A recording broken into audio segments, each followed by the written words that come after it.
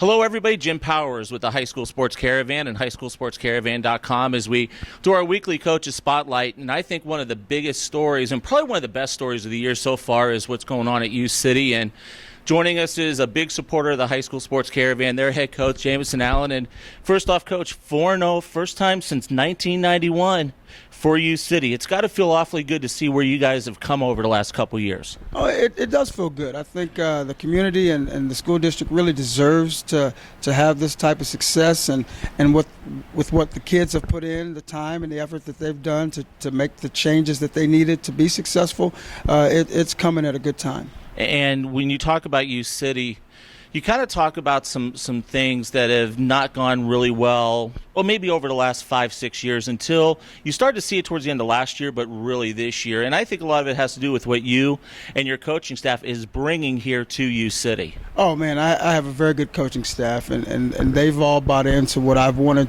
to do as a vision for this program, and that's change lives.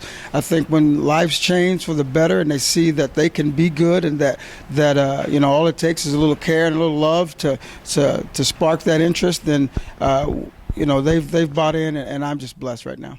Longtime assistant coach in the area, and your first year last year, and then this year. I know a lot of coaches, when they take over a program, it's like a 3-year or 5-year program. Are you guys ahead of schedule where you thought you'd be at this time? Well, I think so. And a lot of that's due to the kids' efforts, and we got a lot of seniors too, and that helps. But I think we're right where we should be right now with the number of seniors we have. But it's a long way to go, and we've got a long road ahead of us, but it is a good way to start it off. 20 seniors on this ball club, but I think it all starts and stops in your backfield. You've got such a great group of guys in your backfield and your skilled positions. Talk a little bit about them. Oh, man, I have a good core of skilled guys that at any time can take it to the house. It starts with our quarterback, Keandre Bledsoe. Last year he didn't play a whole lot for us. He played wide receiver for us towards the middle and the end of the season.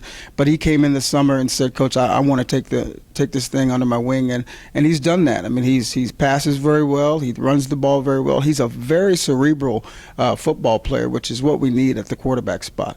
And in the backfield, man, we've got 2 or 3 guys that at any time can be very deadly. Jabri Mason, number 4, is a senior.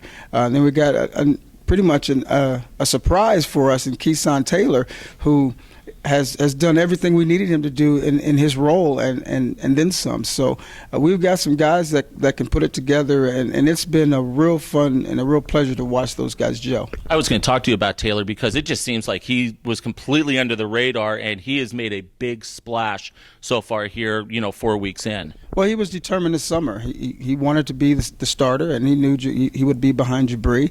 But he's taken a hold of his role, and he loves what he does. I mean, he's that change of pace back that we needed in our offense that can stretch the field at any time. Talk a little bit about your guys on defense, and I think a lot of your success this year has been your D-line. Those guys have just done a phenomenal job for you. We have 2 defensive ends that I think are can play at a high level, with Ronnie Perkins and Trayshawn, who we got from Maplewood. These 2 kids on the ends are really what make this thing go. And then we've got some guys that play in the middle. Our linebackers and our defensive backs. Keandre plays safety too and had 2 picks last week. So, we've got some guys that can really move, can really run and get to the ball, and that's what we ask for defensively. 4-0. 10th in the state, and I asked you a little bit ago, when's the last time? And we were thinking it's got to be around that 90-91 season.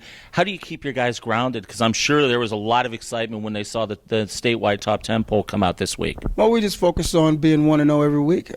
We didn't get here by chance. I mean, those guys have worked hard to get where they are. So we have to keep them grounded. Our coaches do a real good job of keeping them focused, keeping them level-headed, and not get too big of themselves. But they understand that this is a 10, 12, 14 game season if we do it right, and they're determined to get as far as we can in the playoffs. And I think the biggest thing too you mentioned is not only are they getting it done on the field, but they're also getting it done in the classroom and in the community. Talk a little bit about that. Well, we did grade checks last week, and a lot of our kids are or in A and B ranges right now, that because of what they're doing on the field, which, you know, when you start having success, everything changes. So they walk the halls differently, they talk differently. I think that's going to change the whole culture of the school, which is again the purpose that I had when I was asked to take over. Clayton coming up on the docket. They're 3-1. The old crafty veteran Gene Gladstone taking over the program. This is a big matchup for you guys Friday night, not only just for some bragging rights here, but also, you know, in the conference. Absolutely. I mean, they're a good football team. They've got some good skill guys. I know their quarterback is really good with his feet. So we've got a big task ahead, and they've got a great coaching staff.